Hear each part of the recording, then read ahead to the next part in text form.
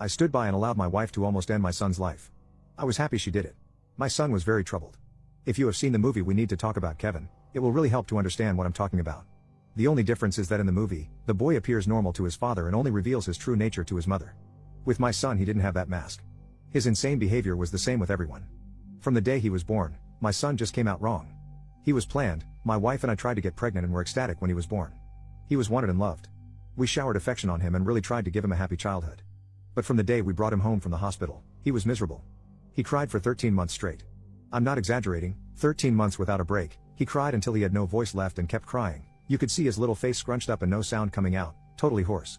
There were times he would literally be crying in his sleep. I've never seen or heard of any other kid able to do that. We brought him to doctors, specialists, tried changing his diet, held him, rocked him, toys, swaddling, music, mobiles, everything we could think of. Nothing worked. 13 months of grating, grinding, no sleep hell. Once he got over the crying stage, we thought we were out of the woods. But it quickly became clear that for some unknown reason, he was just angry at being alive. I never saw that kid have a genuine, joyous smile once in the time I knew him. I saw him grin a vicious, horrible grin many times, taking a perverse pleasure from causing pain or suffering or breaking a rule, but a smile from real pleasure at something nice? No, never. Not once. He had no interest in anything positive. He was fueled by hate, and everything he did was bent toward that. As soon as he could walk, his mission in life was to destroy things. He would break or try to break anything that came in his range, smash it, chew it, throw it in the toilet, whatever he could. After a while he figured out how to get his diaper off and took great pleasure in pooping and pissing anywhere he could. After a while he figured out he could hide it, grinding it into carpets, making it even more of a problem to clean and making the house stink. When he got older, ages 9 to 15, he would piss and poop in our bed, until we got a lock on our door and he wasn't able to get in anymore. Then he'd just take a dump in the hallway in front of our room. He never grew out of it. As he grew older, he became more and more unmanageable. We had to install a door and lock on the kitchen because he would steal knives and use them to gouge the walls and furniture or chase people with them. When he was 10, he stabbed me pretty good in the hip. I still have the scars. As he grew older, he grew darker. He moved into setting things on fire, and torturing local animals. There was a stray dog that hung out around the park near our house. My son blinded it in one eye with a fork. He would dip cats' tails in gasoline and light them on fire. Of course, we had the kid in therapy. He saw a psychiatrist twice a week, and had God knows how many different medications prescribed to him over the years. Nothing worked. Therapy didn't work. Meds didn't work. Nothing worked. He was like a poison cloud of hate and fury lashing out at anything in his reach. When my son was 16, my wife got pregnant again. I can't tell you how different our reaction was. Instead of joy, we felt horror. In the end, we decided that my wife would have the baby, and if it turned out evil we would put it up for adoption. We knew we just couldn't do it again with another child like our son. We had a daughter. She was normal. Suddenly we saw what our lives should have been like the whole time, how things would have been had our son not been himself. She was happy. She was normal. I can't describe the relief and happiness that we both felt. I don't have the words for it. When we brought our daughter home he started acting out even more. I didn't think it was possible, but he took it up another notch. At this time he was 17, and we were having blowout screaming matches daily. After the birth of our daughter, my relationship with my son was almost entirely gone. Our only real interactions were screaming at each other. My wife was even worse with him, she just had nothing left. He started spending more and more time out of the house, which was a blessing for us. I have no idea what he got up to out in the world, but we were just happy it wasn't being inflicted on us. As a consequence of our son's behavior, we had invested heavily in locks around our house. All of the cheap, thin interior doors in our home had been replaced with thick, dense wood doors that couldn't be kicked through, equipped with keyed locks that my wife and I carried keys to. I was not locking my son in rooms like a prisoner. He had free reign of the house and could come and go as he pleased. My wife and I would lock ourselves in rooms to protect ourselves from him. He had turned us into prisoners in our own home. On the day in question, I had fought with my son in the morning and he had left the house in a rage. My wife and I were enjoying some peace and quiet in the kitchen while our daughter napped in our bedroom. And then my daughter began crying.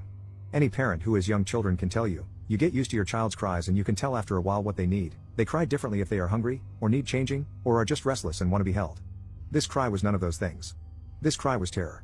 The second we heard it, my wife and I were both up out of our chairs and running to the room. The door was locked, of course, and it took a few seconds to get the right key and get it open. My son was in the room. We lived in a bungalow, and he had climbed in the window to get to her. He was standing over her crib with a steak knife in his hand. I have no idea where he got it, it wasn't one of ours.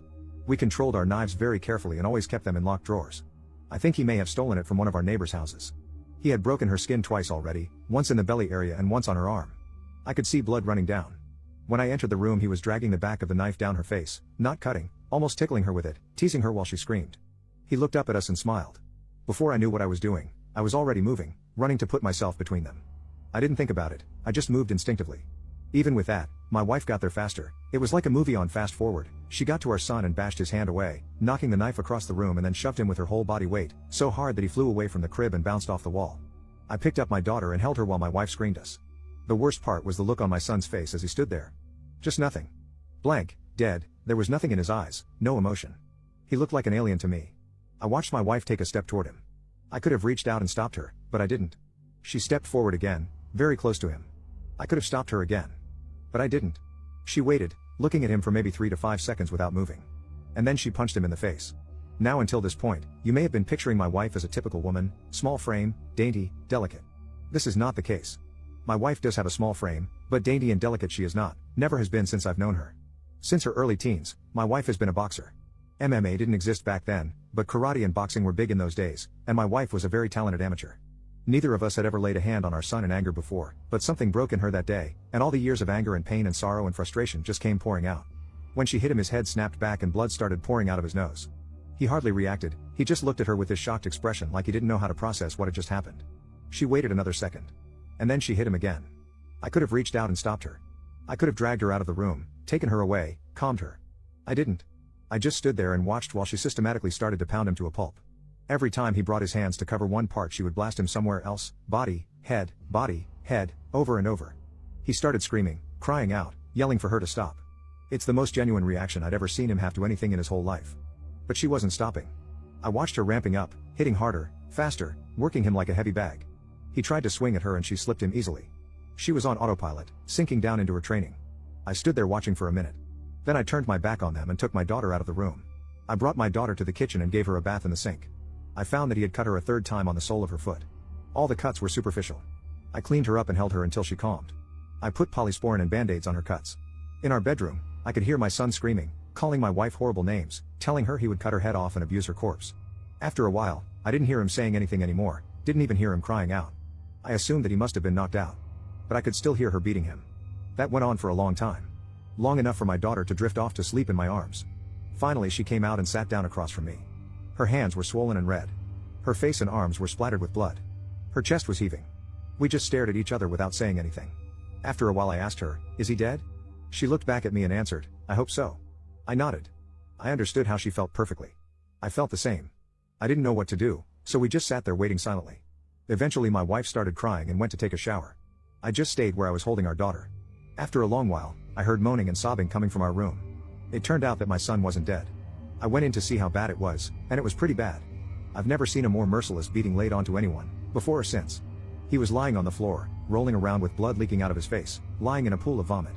His nose was squashed flat out across his face, both of his eyes were completely swollen shut and starting to blacken already. I could see that a couple of his fingers were bent out at weird angles and he had pissed his pants. I think he must have been missing teeth, but I couldn't see any on the floor and I couldn't see inside his mouth. His lips were all puffed up and swollen.